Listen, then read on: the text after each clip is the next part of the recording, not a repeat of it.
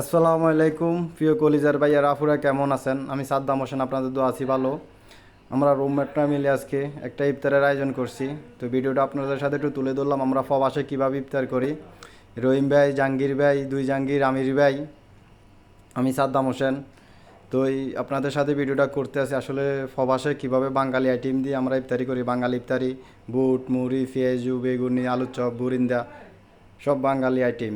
তা আসলে প্রবাসে আমরা গরিবের ইফতারিগুলো আপনাদের একটু তুলে ধরলাম। আসলে ভিডিওটা তো অবশ্যই করা উচিত না, তারপরও কীভাবে আমরা ইফতারি করি ভিডিওটা করলাম আপনাদের সাথে শেয়ার করার জন্য।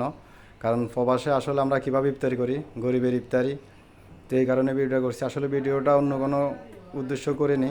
সবাই ভিডিওটা দেখবেন, কেউ খারাপ মন্তব্য করবেন না। সবাই ভালো থাকবেন, সুস্থ থাকবেন, আমাদের জন্য একটু দোয়া করবেন, আমরা যেন প্রবাসে ভালো থাকতে পারি। সবাই ভালো থাকবেন এই কামনা করি। সবাই সুস্থ থাকবেন। এই রমজান সবাই ভালো কাটুক। সবাই ভালো থাকবেন। ধন্যবাদ।